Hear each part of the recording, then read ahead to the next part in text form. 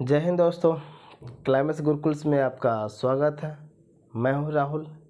जैसा कि पिछले क्लास में हम लोग देखते आ रहे थे मॉडर्न हिस्ट्री में गांधी युग हम लोग पढ़ रहे थे। और गांधी युग में हम थोड़ा सा परिचय दिए थे, लेकिन पुनः फिर से रिकॉल कर लेते हैं। जैसे गांधी जी के बारे में हम बताए थे कि गांधी जी का जन्म कब हुआ था, है ना। गांधी जी के जन्म के बारे में बताए थे, बहादुर लोग डेट के साथ बताए थे, है ना, 2 अक्टूबर। इनका बारे में हम पिताजी के बारे में बताए थे कि पिताजी के नाम क्या है, माता जी के नाम क्या है ना, और पत्नी जी के नाम क्या है ना, इनका पुत्र का नाम क्या है। पुत्र के बारे में 4 पुत्र के बारे में नाम चर्चा किए थे। जैसे हम बताए थे कि हरिलाल,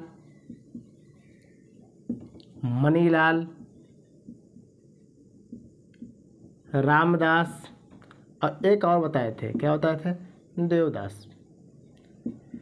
अब एक आपको जमुनालाल बजाज के बारे में कभी कभी बोला जाता है, लेकिन वो थे, बोला जाता है कि उनको गोद के रूप में उनको माने थे, मतलब उनको बचपन से पालते थे। तो इनको बोला जाता है कि 5वां पुत्र के बारे में बोला जाता है। यहाँ तक हम लोग बात किए थे। दक्षिण अफ्रीका की यात्रा के बारे में हम लोग आज देखेंगे कि दक्षिण अफ्रीका की यात्रा क्यों होता है। तो कल लास्ट टाइम हम बोले थे हम लोग कि 1891 में जब ब्रिटेन से बैरिस्टर की पढ़ाई करके आते हैं, तो 91 में आपको राजघाट गुजरात में अपना दफ्तर खोलते हैं। जो वकील थे तो वकील अपना ऑफिस खोल दिए केस लड़ने के लिए, है ना। तो दफ्तर खोलते हैं, तो गुजरात का ही एक व्यापारी हुआ करता है जिसका नाम था क्या, तो अब्दुल्ला सेठ। क्या नाम था, अब्दुल्ला सेठ। ये अब्दुल्ला सेठ को अब्दुल्ला सेठ आते हैं और गांधी से बोलते हैं कि गांधी जी, हमारा एक केस साउथ अफ्रीका में बचा हुआ है, तो क्या आप उस केस को लड़ेंगे। तो गांधी बोलते हैं कि नहीं। शुरुआत में तो बोलते हैं कि नहीं। क्यों नहीं बोलते हैं कि दक्षिण अफ्रीका बहुत दूर है, वहाँ पाने जाने में बड़ी खर्चा है, और यहाँ पर हम अपना दफ्तर चलाते हैं तो हमारा परिवार चलता है। तो अब्दुल्ला सेठ बोलते हैं ना गांधी जी से कि आपको जो भी खर्चा है, जो भी परिवार का खर्चा है, वो सब हम आपको देंगे, लेकिन आप क्या कीजिए, से जाइए। तो इनको कहने पर गांधी जी चले जाते हैं। गांधी जी की यात्रा कब होता है, तो 1893 में गांधी जी कहाँ के निकल जाते हैं, तो साउथ अफ्रीका के लिए यात्रा निकल जाते हैं, है ना। जब साउथ अफ्रीका के निकल गए तो यहीं तक कहानी हम कल सुनाए थे। इसमें सब बारी बारी से बताए थे, माता पिता सब बताए थे, और साउथ अफ्रीका की यात्रा। तो यही हम गांधी जी का दक्षिण अफ्रीका का क्या कर रहे हैं, यात्रा। तो चलिए ये यात्रा के बारे में अच्छे से हम लोग देख लेते हैं। जब दक्षिण अफ्रीका जब गांधी जी जाते हैं, तो गांधी जी तो अब्दुल्ला सेठ का केस जीत जाते हैं। उनका व्यापारी से मतलब कि बिजनेस के मामले में उनका केस था, तो केस को जीत जाते हैं। लेकिन गांधी जी वहाँ पर केस तो जीते, लेकिन वहाँ के लोगों का शिकार बन गए। शिकार कहने का मतलब कि वहाँ पर अनेक प्रकार का भेदभाव किया जा रहा था। जैसे अब इनका समस्या उनको उठ गया, क्या क्या समस्या उठ गया। आपसे सवाल नॉर्मली पूछता है ना कि साउथ अफ्रीका में गांधी जी का समस्या क्या बोलता है, कि समस्या के बारे में बात करेगा। तो पहली समस्या में अगर हम बात करते हैं, तो जैसे आपको यहाँ पर पंजीकरण की समस्या था, पंजीकरण पत्र की समस्या। अभी पंजीकरण पत्र की समस्या क्या है, थोड़ा देख लेते हैं। जैसे लोग वहाँ रहा करते थे ना, जैसे आपको साउथ अफ्रीका भी तो ब्रिटिश का गुलाम था, है ना। तो लोग वहाँ पर रहा करते थे भारतीय, तो उन लोग कहीं भी जाते थे, जैसे नॉर्मली कोई काम करने, यहाँ तक छोड़िए कि वहाँ के कितनों बड़ा व्यक्ति अब जाते हैं साउथ अफ्रीका में, तो वहाँ आपको बाथरूम साफ करने पड़ता था, मैंने बहुत छोटा आपको काम करने पड़ता था, कितनों वरिष्ठ। इन्हीं के गांधी जी के बारे में बोला जाता है कि एक महान व्यक्ति थे, पहला व्यक्ति थे जो साउथ अफ्रीका में वकील बन के गए थे। बाकी जितना गया सब मजदूर के रूप में गया, और यहाँ तक लगे बाथरूम साफ करने के भी काम करते थे। तो पंजीकरण क्या था कि लोग कहीं भी काम करते थे साउथ अफ्रीका में, तो उनके पास एक पास होना जरूरी था, है ना। और जिसके पास ये पास नहीं था तो उनका जेल में बंद कर दिया जाता था। दूसरी समस्या के बारे में बात करते हैं। दूसरी समस्या के बारे में कि लोग वहाँ पर भारतीय विवाह की मान्यता नहीं था। भारतीय विवाह की मान्यता नहीं थी। जैसे लोग कि भारतीय किसी और से शादी कर लिया ना, तो वहाँ मान्यता नहीं, उसको जेल बंद कर दिया जाता था। दूसरी समस्या यह भी था कि रंग भेद का वहाँ पर देखने को मिलता है। क्या मिलता है बहादुर लोग, रंग भेद का शिकार हो गए थे। क्या हो गए थे गांधी जी? शिकार हो गए थे। यही सबसे बड़ी पॉइंट है, यही सबसे बड़ी पॉइंट है। जब गांधी जी साउथ अफ्रीका वहाँ पर रहते हैं, आप हम कल ही बताए थे कि गांधी जी की यात्रा जो होता है, तो गांधी जी 1893 से लेकर गांधी जी 1914 तक वहाँ रहते हैं। कितने दिन रहते हैं? 1914 तक ला। समझने में कोई परेशानी? इससे तो ना कि थोड़ा ज़्यादा फास्ट चल रहे हैं, नॉर्मली चल रहा है कहानी के साथ में। जब 14 तक रहते हैं और 14 में निकलते हैं वहाँ से, 9 जनवरी 1915 को भारत में उनका स्वागत होता है। ठीक है, तो इसी बीच में हम लोग बात कर रहे हैं कि रंगभेद कहने का मतलब कि जब गांधी जी साउथ अफ्रीका में एक जगह से दूसरी जगह यात्रा कर रहे थे, जैसे आप नॉर्मली जानते हैं कि डरबन से पिक्टोरिया जगह पर जा रहे थे। कहाँ से?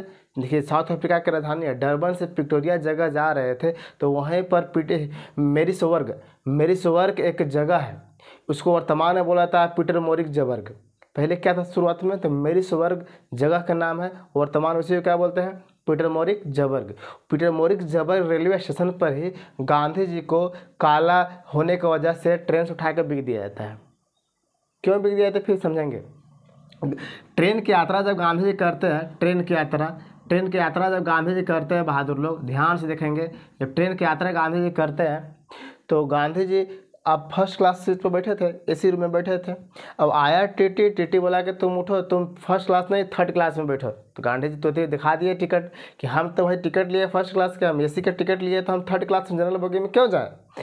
तब वहाँ पर टीटी के द्वारा बोला जाता है कि तुमको गलती नहीं, तुम काले हो चलते तो गलती है, तो उठा के बिक दिया गया, भगाया जा रहा। तो गांधी जी नहीं भाग रहे थे, तो आपको वॉलेंटियर का वहाँ पर जो रेलवे में जो फोर्स होते हैं उनसे उठा कर स्टेशन पर बिक दिया गया। तो ये सवाल पूछता है गांधी जी को किस रेलवे स्टेशन पर उठा कर बिका गया था? तो पीटरमोरिक्सबर्ग। क्या नाम है? पीटरमोरिक्सबर्ग। लेकिन उसका अगर पूछा जाए कि प्राचीन नाम क्या था, तो मेरिसबर्ग में गांधी जी को उठाकर बिक दिया जाता है। यहाँ तक ला। तो गांधी जी को दिमाग में चढ़ता है कि हम तो केस जीत गए, हम तो आए थे अब्दुल्ला सेठ के केस को लड़ने, वो केस को तो हम लोग जीत गए, लेकिन ये सब जो समस्या हमको देखने के लिए मिल रहा है, जब तक ये समस्या ख़त्म नहीं होगा तब तक हम यहाँ से जाएंगे नहीं। यही बोला जाता है। गांधी जी लगभग कितना दिन रह गए? लगभग बोला जाता है 2100 वर्ष तक ला। 2100 वर्ष तक कहाँ रह गए? साउथ अफ्रीका में अपन जीवन बिता दिए 2100 वर्ष तक। अभी नॉर्मली अगर हम लोग दिल्ली बम्बई 1-2 साल 3 साल के लिए जाते हैं तो बड़ा परेशान हो जाते हैं। अभी इनको पैसा कमाने के लिए हम लोग जाते हैं दिल्ली बम्बई, लगता है कि जल्दी घर जाए, पैसा कमाने के लिए। अब इनका तो कुछ ऐसा था नहीं मकसद कि हमको पैसा कमाना है। इनका मकसद था कि नहीं, हम जिस केस के लिए आए थे तो जीत गए, लेकिन अनेक प्रकार के हमको मिल गया समस्या। सबसे बड़ा समस्या गांधी जी को यही देखने के लिए मिलता है, कौन? कि रंगभेद का शिकार।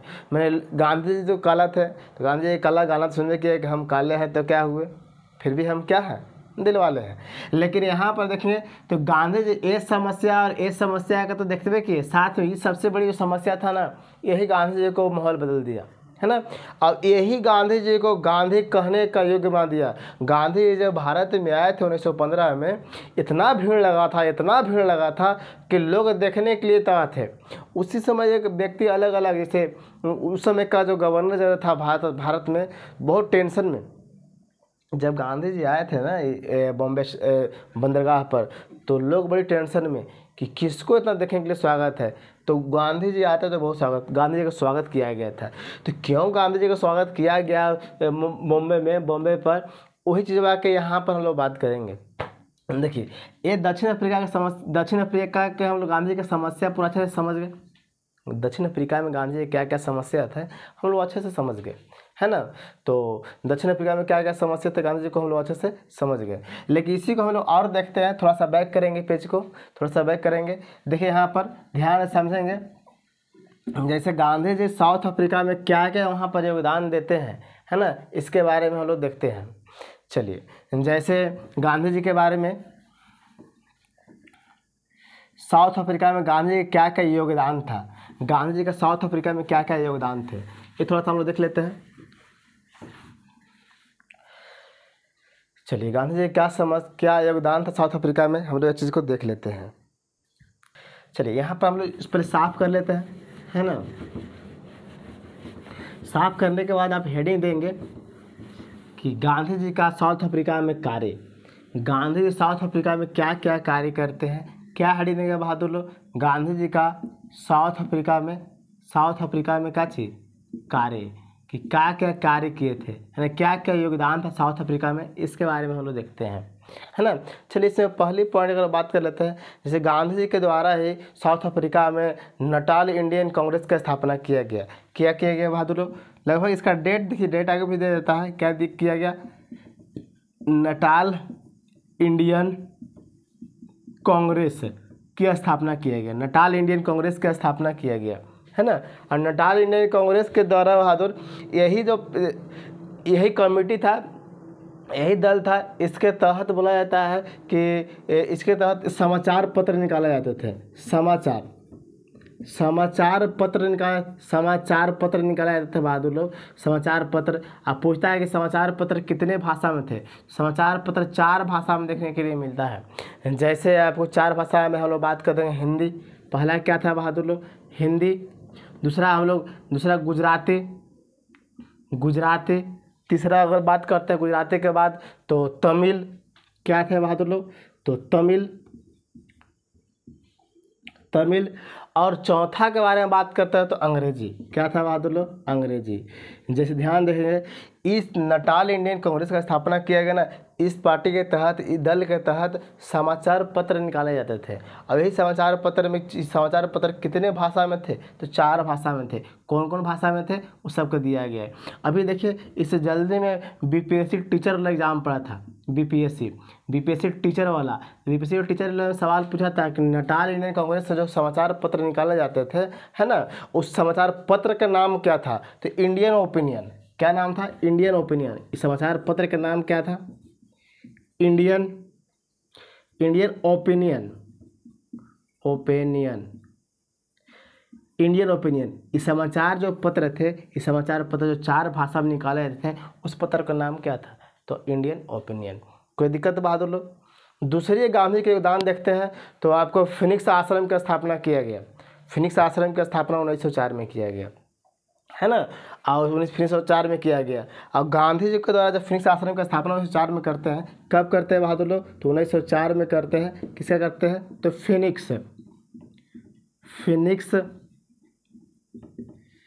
आश्रम की क्या चीज? स्थापना, है ना, फिनिक्स आश्रम की स्थापना। ठीक है, फिनिक्स आश्रम की स्थापना, ये बोला जाता है गांधी जी का पहला आश्रम, गांधी जी का जीवन का पहला आश्रम के बारे में बात करेंगे। ऐसे नॉर्मली सवाल पूछता है ना, गांधी जी का पहला आश्रम क्या था? तो फिनिक्स आश्रम, ठीक ना, गांधी जी का पहला आश्रम क्या था? तो फिनिक्स आश्रम।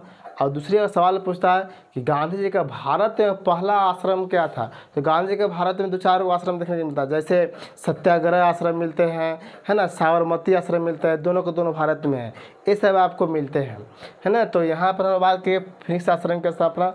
अब देखिए, बांजीकरण जो कहानी का सुना रहे थे, तो पंजीकरण के वजह से गांधी जी पहली बार साउथ अफ्रीका में सत्याग्रह का प्रयोग करते हैं। किसका? सत्याग्रह का पहली बार प्रयोग गांधी जी कब किया था? तो 1906 में। कहाँ किया जाता है? तो साउथ अफ्रीका। कोई दिक्कत? और 1906 में साउथ अफ्रीका में करते हैं, तो लंबा समय तक करते 1908 की कहानी सुन लीजिए बहादुर लोग। 1908 में पंजीकरण का भी कर रहे थे, पंजीकरण का भी आंदोलन चला रहे थे। पंजीकरण जो पत्र था बहादुर लोग, कि आपको जहाँ जाना है तहाँ पर पहचान पत्र रखना होगा। इसके वजह से गांधी जी को 1908 में पहली बार जेल में बंद कर दिया गया। क्या कर दिया गया? तो जेल में बंद कर दिया गया। कोई दिक्कत है बहादुर लोग? तो आपसे पूछेगा गांधी जी का पहला जेल का अनुभव कब मिला? तो 1908 में। और कहाँ मिला? तो साउथ अफ्रीका। किसके कारण से? ये पंजीकरण। अब यही पंजीकरण का आंदोलन की वजह से गांधी जी जेल में गए थे। अब यही पंजीकरण को 1914 में वहाँ की सरकार का कर दिया, पंजीकरण को समाप्त कर दिया गया, कि अब कोई पंजीकरण दिखाएगा नहीं, जो समाप्त कर दिया गया, मतलब कानून को रद्द कर दिया गया, है ना। अब इसी के तहत फिर गांधी जी अनेक प्रकार के सत्याग्रह भी चलाते हैं, है ना। तो ये सब आपको देखने के लिए मिलता है। गांधी जी एक बार फिर कहानी सुनाते हैं कि गांधी जी एक बार फिर बीच में 1900 1909 में गांधी जी 1909 में जब यात्रा कर रहे थे, गांधी जी 1909 में जब यात्रा फिर साउथ अफ्रीका जा रहे थे, तो रास्ता में ही एक बुक लिखते हैं। वो गांधी जी का बुक था हिंद स्वराज। हिंद स्वराज नामक पुस्तक जो है वो पानी जहाज़ पर लिखा गया था। भारत से साउथ अफ्रीका की यात्रा कर रहे थे ना बीच में, तो आपको हिंद स्वराज लिखा गया था, हिंद स्वराज पत्रिका का लिखा गया है ना। और 1910 में अगर बात करते हैं तो गांधी जी के समय गांधी जी के साथ सत्याग्रह में शामिल एक व्यक्ति का नाम होता है। उस व्यक्ति का नाम था, मैंने बोला था, जर्मन शिल्पकार का नाम जाना जाता है, जो बोला टॉलस्टॉय जर्मन शिल्पकार, क्या उसका नाम था, जर्मन शिल्पकार जो उसका नाम था, जर्मन शिल्पकार कोमल वाक, क्या नाम था, तो कोमल, इसका नाम सुनिए तो कोलम, क्या नाम था उसका, तो उसका नाम आता तो कोलम वाक। इनके मदद से गांधी साउथ अफ्रीका में 1910 में आपको टॉलस्टॉय फोरम की स्थापना किए थे। तो टॉलस्टॉय फोरम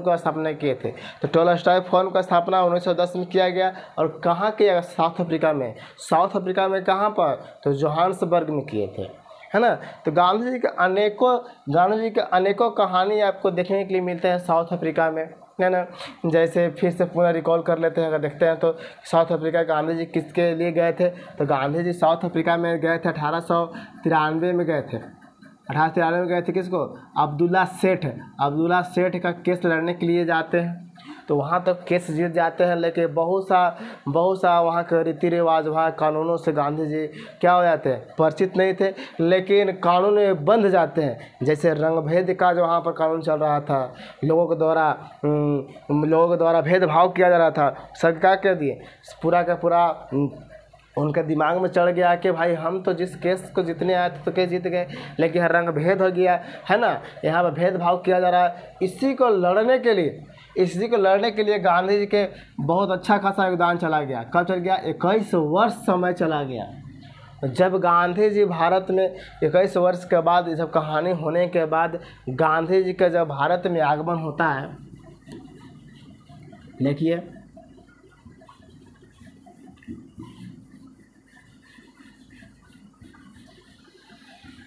गांधी जी का जब भारत में आगमन होता है, आप जानते हैं कि साउथ अफ्रीका से 9 जनवरी 1915 को गांधी जी का बॉम्बे में स्वागत होता है। बॉम्बे में जब आते हैं तो गांधी जी का भव्य स्वागत किया जाता है ना, भव्य स्वागत। और जब गांधी जी भारत में आते हैं, थोड़ा सा एक कहानी और छोटी है, उस कहानी को सुनना चाहते हैं तो सुन लीजिए। जब गांधी जी साउथ अफ्रीका में रहा करते थे ना, फिर भी इंडिया का न्यूज़ पढ़ा करते थे। इंडिया में एक व्यक्ति हुआ करते, गोपाल कृष्ण गोखले जी जो है, जिसे आप जानते हैं गांधी जी का बोला जाता है कि क्या थे, राजनीतिक गुरु बोला जाता है गांधी जी को। तो ये गोपाल कृष्ण गोखले जो थे, इंडिया में पत्रिका चलाया करते थे। ये पत्रिका था, मजदूरों पर पत्रिका हुआ करते थे। किस पर? मजदूरों पर लिखा करते थे, है ना। तो वही पत्रिका वहाँ मंगाते थे गांधी जी का, साउथ अफ्रीका में, इंडिया से। जब साउथ अफ्रीका से जब गांधी जी इंडिया आते हैं 9 जनवरी 1915 को, तो गांधी जी का बहुत स्वागत किया जाता है। स्वागत करने के बाद इनको बोलते हैं ना, ये गांधी जी कि हम पहले वो व्यक्ति से मिलेंगे। कौन व्यक्ति से? जिनका हमको पत्रिका आता था।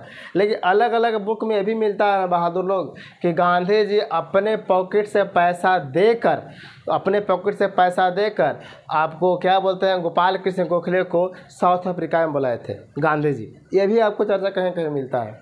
जब गांधी जी का जब स्वागत यहाँ होता है तो गांधी जी आते तो पहला सवाल बोलते हैं ना कि हम वो व्यक्ति से मिलना चाहते हैं जो हर एक पॉइंट पर चर्चा करते हैं। हाँ, हर एक पॉइंट पर क्या करते हैं? चर्चा करते हैं, है ना, कोई दिक्कत।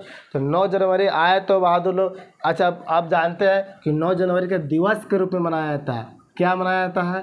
तो प्रवासी दिवस, भारतीय प्रवासी दिवस। क्या चीज़? तो भारतीय प्रवासी दिवस। गांधी जी के स्वागत में भारतीय प्रवासी दिवस के रूप में मनाया जाना शुरू कर दिया गया।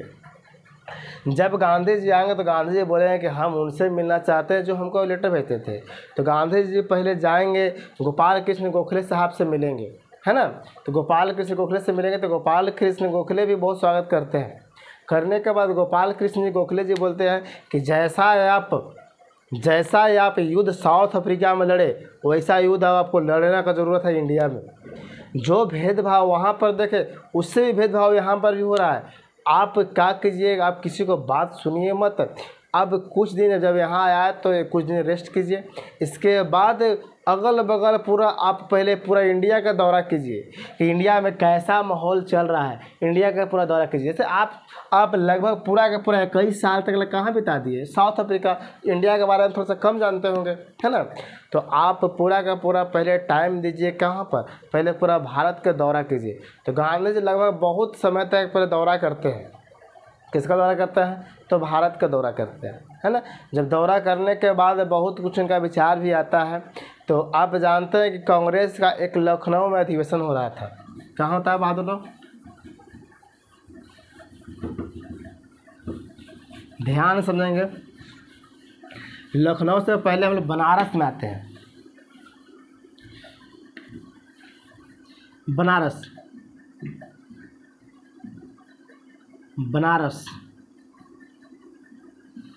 लखनऊ से पहले हम लोग बनारस में आते हैं ना।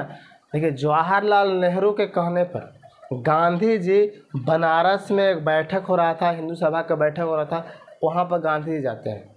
तो सभी लोग अपना अपना भाषण दे रहे थे। यहाँ पर बोलते हैं कौन कि हिंदू कॉलेज के जो संस्थापक कौन है, क्या उनको बोलते हैं, मदन मोहन मालवीय साहब जी भी गांधी जी के कहने पर, जवाहरलाल नेहरू के कहने पर गांधी जी जाते हैं बनारस। तो वहाँ पर सभी लोग भाषण देते रहते हैं, लेकिन गांधी जी के नाम सुन ले था लोग कि साउथ अफ्रीका से आल है, बहुत अच्छा खासा उनका योगदान है साउथ अफ्रीका में, जो वहाँ पर बहुते कुछ कानून को तोड़ दिए।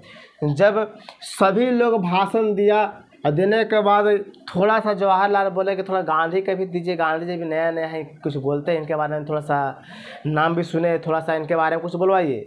जब गांधी जी जब माइक धरते हैं ना बहादुर लोग, जो भीड़ आपको 100 को था ना, वहाँ पर लाखों का भीड़ हो गया, भीड़ लग गया। गांधी जी नॉर्मली नहीं, गांधी जी 5 मिनट 10 मिनट नहीं बात नहीं किए, भाषण नहीं किए, लगातार 5-6 घंटा भाषण दे दिए। वहाँ पे इतना भीड़ लग गया। और इसके बाद उस समय से थोड़ा बहुत गांधी पॉपुलर हो गए इंडिया में भी। गांधी जी को शुरुआत में जाना जाता था साउथ अफ्रीका से, यहाँ पर उतना कोई नॉर्मली जानता नहीं था, लेकिन बनारस से भाषण दिया ना तो अच्छा खासा जाना गया। फिर कुछ दिन के बाद बहादुर जस्ट ये कहानी था 1916-17 के आसपास में था, 1916-17 के बीच में था, है ना, 16 के बोलेंगे, 1916 के बीच में था बहादुर।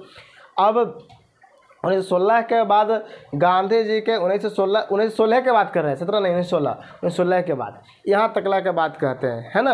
अब 1916 में एक और आगे चल के कुछ दिन के बाद 1916 में एक कांग्रेस का अधिवेशन हो रहा था लखनऊ। कहाँ? तो लखनऊ का अधिवेशन, कांग्रेस का लखनऊ अधिवेशन, है ना। 1916 में कांग्रेस का लखनऊ अधिवेशन रहता है, मतलब कांग्रेस का बैठक था लखनऊ में, है ना। तो लखनऊ में बैठक था।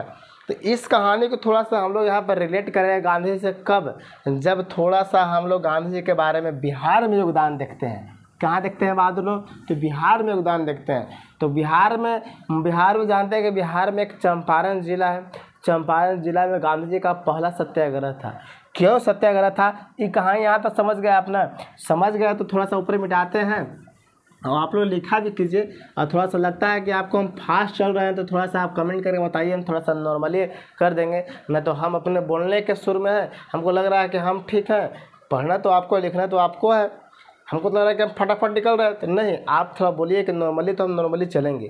नहीं तो आप अगर कहीं पढ़े हैं तो आप सिर्फ आराम से कहानी सुनिए, इतिहास कहानी सुनने से यादें होता है। और थोड़ा बहुत पॉइंट को आप लिखा कि जैसे कोई के नाम हो गया तो कहानी आपको याद हो जाता है। जैसे बचपन के दादा दादी कहानी सुनाते तो हम लोग आज भी याद है, भले वो राजा का नाम लेते थे दादा दादी, वो भले याद नहीं है, लेकिन वो कहानी को हम लोग को याद है। तो आप लोग कहानी सुना कीजिए, है ना, कहानी सुनने से याद होता है। चलिए लिखना है तो थोड़ा लिखेंगे, लेकिन पहले कहानी को पूरा सुन लीजिए। कहानी को सुनेंगे तो आपको दिमाग में बैठेगा, दिमाग खुलेगा, इसके बाद आप ऑटोमेटिक लिखना शुरू कर दीजिएगा। जैसे जैसे दादी की कहानी हम लोग को आज भी याद है, दादा दादी की कहानी बहादुर लोग, है ना, दादा दादी की कहानी आज भी याद है। क्यों याद है? क्योंकि हम लोग बहुत ध्यान सुनते थे, फालतू चीज़ों से दूर हम लोग थे। जो दादा दादी की कहानी सुनाते थे वही पे फोकस होता था, बाहरी कोई फोकस होता नहीं था, सीधे वही फोकस होता था। वही चीज़ है कि अभी कहानी हम सुना रहे तो सिर्फ आप यहाँ फोकस दीजिए कुछ पल के लिए। जो 15-20 मिनट का जो भी क्लास है उस पर ध्यान से सुनिए, आपको ऑटोमेटिक याद हो जाएगा। इतिहास सुनने का चीज़ है ना। आप सुनने के बाद अगर आप लिख लेगा ना तो आपको बेहतर याद हो जाएगा, सुनेंगे तब, नहीं तो आप सुनेंगे नहीं तो आप तो याद होगा नहीं। आप चाहेंगे कॉपी पे छाप के याद कर ले तो अच्छा है, रट्टा मार के याद कीजिए। तो फिर रट्टा मार रही रहे तो हमको कहानी सुनाने का क्या ज़रूरी है? तो कहानी आपको सुनना होगा, है ना। चलिए, बनारस के लखनऊ की कहानी थोड़ा सुनाएंगे अभी, लेकिन लखनऊ की कहानी सुनाने के पहले थोड़ा सा हम लोग बिहार में योगदान देखते हैं गांधी जी को। देखिए, गांधी जी का बोला था चंपारण सत्याग्रह हम लोग हेडिंग देते हैं, सत्याग्रह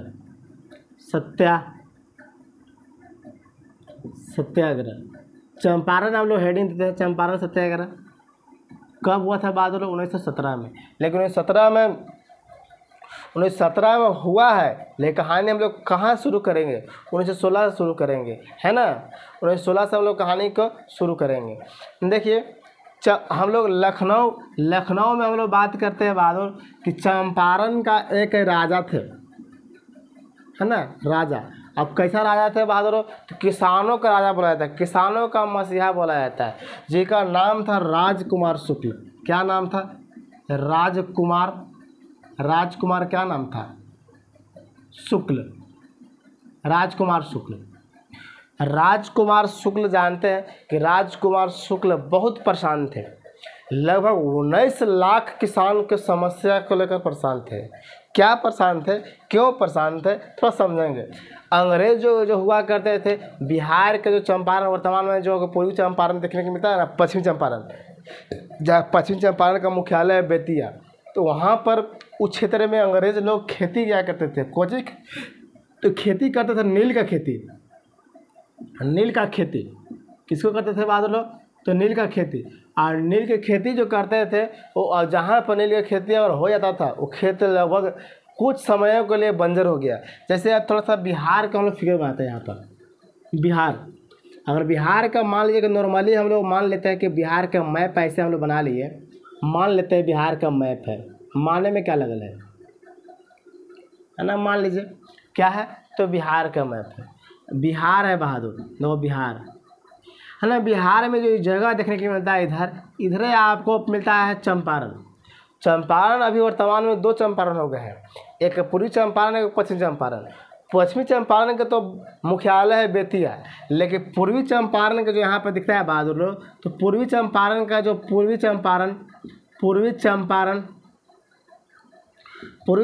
का मुख्यालय आप कमेंट करके बताइए, बताएंगे पूर्वी चंपारण का मुख्यालय कहाँ है ना। पश्चिमी का तो बता दिए कि बेतिया है, पूर्वी के चंपारण का मुख्यालय बताएं कमेंट करके। यहाँ पर चंपारण के क्या कहानियाँ है कि राजकुमार शुक्ल लगभग 19 लाख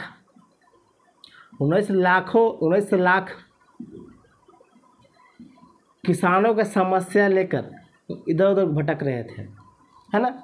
अब क्या समस्या था कि अंग्रेज नील की खेती करता था, और जोन खेती पर जैसे 3 कठिया बोला जाता है कि 20 कट्ठा में 3 कट्ठा पर नीली खेती होता थी। और जहाँ पर नीली खेती एक बार हो गया वहाँ लंबे समय तक कोई धान चावल होगा नहीं। तो ऐसे करते करते बेचारा के क्या हो रहा था, खेत बर्बाद हो रहा था, है ना। अब यहाँ पर पानी नहीं भी हो रहा है तो ज़बरदस्ती खेती कराया जा रहा है। एक समय ऐसा आता है बहादुर लोग कि यूरोप में नील का खेती जो था ना, नील का खेती यहाँ खेती कराते थे इंडिया में, और जाके यूरोप में बेचते थे, तो अच्छा खासा महंगा बिकता था। लेकिन यूरोप में बहादुर लोग क्या कर दिए कि वहाँ के जो लोग हैं ना, वहाँ का लोग वहाँ पर जर्मन में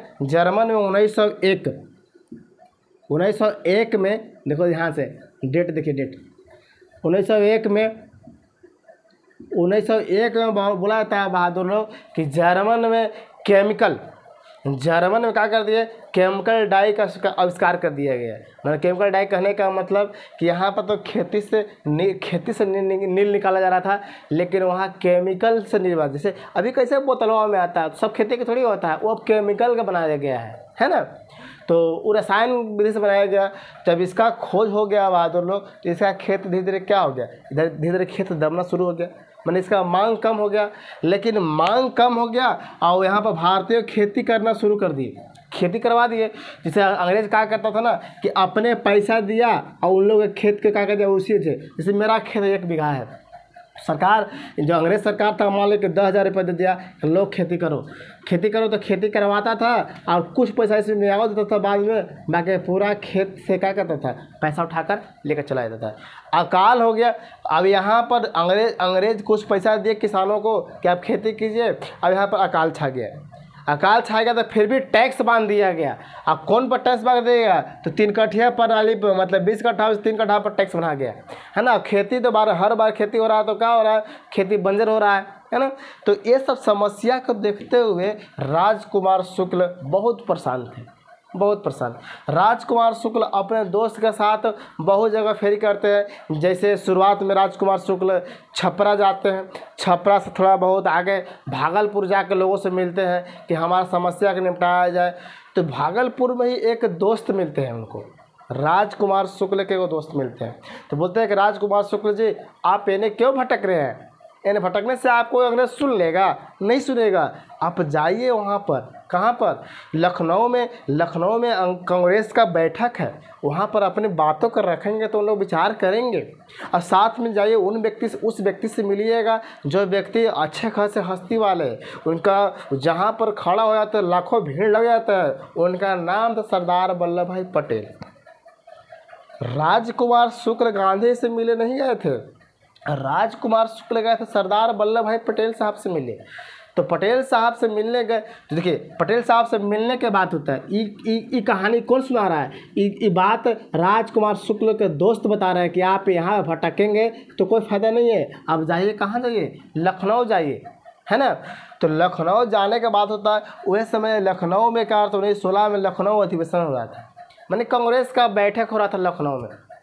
और लखनऊ में जो हो रहा था तो कांग्रेस बहुते सारे गाड़ी को फ्री कर दिया। जैसे अभी कैसे, अभी मान लीजिए कि हमारा ज़िला में, हमारा राज्य में सरकार आती है, प्रधानमंत्री आते हैं, तो कभी कभी गाड़ी सरकार फ्री करवाता है बस से कि आइए हमको पास भीड़ लगाइए। जैसे चुनाव देखे अपना ज़िला में जो नेता आ रहे थे तो गाड़ी एक गांव तरफ से फ्री जा रहा था, बस जा रहा था, अब जाइए बैठ के। वैसे यहाँ लखनऊ अधिवेशन हो रहा था तो कांग्रेस बहुत सा ट्रेन का भी फ्री करवा दिया था, मैंने पैसा अपने पास उन्होंने पार्टी दिए। तो यही राजकुमार शुक्ल का दोस्त बोलते हैं कि राजकुमार शुक्ल जी यहाँ भटकिए मत, जो लखनऊ से जो ट्रेन चलाया गया है ना, कांग्रेस ट्रेन है ना, कांग्रेस ट्रेन, उस पर क्या कीजिए, अब लटकिए, अब क्या कीजिए, लखनऊ जाइए। तो गांधी जी, राजकुमार शुक्ल बोलते हैं कि सही बोल रहा है दोस्त, यहाँ बहुते दिन से हम भटक रहे हैं, कभी छपरा जा रहे थे, कभी भागलपुर जा रहे हैं, है ना, और ये घूमते जा रहे हैं, तो ऐसे काम चलेगा नहीं। तो वही बोला जाता है कि लखनऊ जो ट्रेन जा रही थी फ्री वाला ट्रेन, यहीं पर लखनऊ लटक के चले जाते हैं और पूरा समस्या जाकर सुनाने का बात करते हैं किनके पास। और इस अधिवेशन में गांधी जी भी भाग लिए थे, बहुत सारे लोग भाग लिए थे। तो ये जाते हैं राजकुमार शुक्ल सरदार वल्लभ भाई पटेल से मिलने के लिए, लेकिन पटेल पास जाते हैं तो पटेल साहब बोलते हैं कि हमको पास टाइम नहीं है, आप जाइए उस व्यक्ति से मिल लीजिए, जो व्यक्ति भी नया आया है, उसको भी कुछ काम नहीं है, वो कहीं आपको बात को सोचेगा। गांधी से मिले, गांधी से, तो गांधी जी बोले कि ठीक है हम देखते हैं। लेकिन इस कहानी को जानते हैं कि लखनऊ अधिवेशन की अध्यक्षता एक व्यक्ति करते रहता है जिनका नाम था अंबिका चरण मजूमदार। अंबिका चरण मजूमदार जी जो है वो गांधी जी के फोर्स करते हैं, है ना, प्रेशर देते गांधी जी को, गांधी जी आप जाइए, जाके लोगों की समस्या देखिए, जिस प्रकार आप साउथ अफ्रीका में समस्या देखे हैं उसी आप यहाँ भारत में भी आप समस्या देखिए लोगों को, है ना। तो गांधी जी बोलते हैं कि चलिए ठीक है हम आपके पास आएंगे, लेकिन ये नहीं कि आज ही आएंगे, लेकिन 2-4 महीने के बाद हम लोग आएंगे। तो कहानी 16 के था बहादुर लोग। अभी कहानी गांधी जी बिहार में कब आते हैं, 1917 में आते हैं। ये सब कहानी हम लोग बारी बारी से समझेंगे। क्या आपको यहाँ तक कहानी को समझ में आया, क्या यहाँ तक कहानी को समझ में आया? है ना। आप कमेंट करके बताइए कहानी आया तो समझ में आया कि नहीं। तो अभी हम गांधी जी के भारत में योगदान भी देख लिए, साथ में चंपारण की कहानी भी हम लोग सुन लिए, और बेहतर से और कहानी सुनेंगे। आज तो हम लोग बोर्ड पे बहुत कम लिखे हैं, है ना। अभी अब यहाँ से हम बात कर रहे हैं कि लखनऊ से गांधी जी चंपारण जाते हैं तो उनका सहयोगी कौन कौन थे, साथ जाने वाले कौन कौन थे, है ना। ये सब आपको एग्जाम में पूछता है कि गांधी जी के साथ चंपारण जाने वाले कौन कौन थे। गांधी जी को एक सवाल पिछला बार बीपीएससी देख लीजिए, बीपीएससी बहादुर, बीपीएससी जो 69वां बीपीएससी था, 69वां बीपीएससी, इसमें सवाल पूछ दिया है पिछले साल। नॉर्मली सवाल पूछा है कि गांधी जी चंपारण गए थे तो गांधी जी को जहर खाने से कौन व्यक्ति बचाया था, है ना। गांधी जी को अंग्रेज लोग वहाँ के राजा थे, तो चंपारण में राजकुमार शुक्ल जो राजा है ये तो बोला है। अब बहुत आपको जमींदारी जो लोग थे ना वो चाहते थे ना कि गांधी भारत यहाँ गांधी चंपारण में नहीं आए, जैसे चल रहा है मोहल्ला वैसे चलने दीजिए, क्योंकि यहाँ के जो राज रजवाड़े थे, जमींदार थे तो यहाँ के किसानों से मान लीजिए कि 100 रुपया कर लेते थे ना, तो 50 रुपया कर मान लीजिए कि अंग्रेज को दे दिए तो 50 रुपया क्या करते थे, जमींदार लोग रख लेते थे। जमींदार लोग का फायदा था, जमींदार लोग नहीं चाहते थे कि यहाँ का ये आंदोलन चले, आंदोलन से यहाँ पर जो तिनकठिया प्रणाली समाप्त हो जाए, है ना, नहीं चाहते थे। तो यही गांधी जी को लोगों के द्वारा जहर दिया जाता है। अब यही सवाल पूछा था किसके द्वारा जहर खाने से बचाया गया था, है ना। इस सवाल को आप कमेंट करके बताएंगे, इस सवाल के किसके द्वारा गांधी जी को जहर दिया जा रहा था, है गांधी जी को जहर दिया जा रहा था तो किस व्यक्ति के द्वारा बचाया गया, यही सवाल पूछा था कि बचाया गया। तो आप कमेंट करके बताएंगे कि वह कौन व्यक्ति है जो बहादुर जो गांधी जी को बचाने की कोशिश किया। एग्जाम में यहाँ पूछा है, तो एग्जाम में सवाल नॉर्मल है, लेकिन कहानी को आप सुनेंगे तो कहानी याद हो जाएगा, है ना। लेकिन आप देखते हैं कमेंट करके बताएंगे, है ना।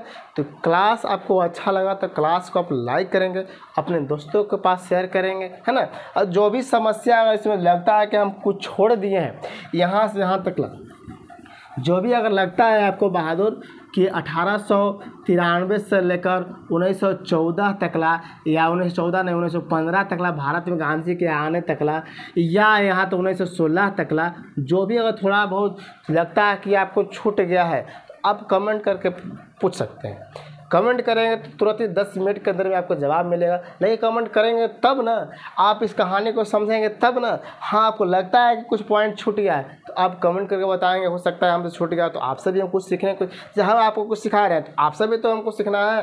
तो आपको क्लास अच्छा लगा तो क्लास को लाइक करेंगे, दोस्तों के पास शेयर करेंगे।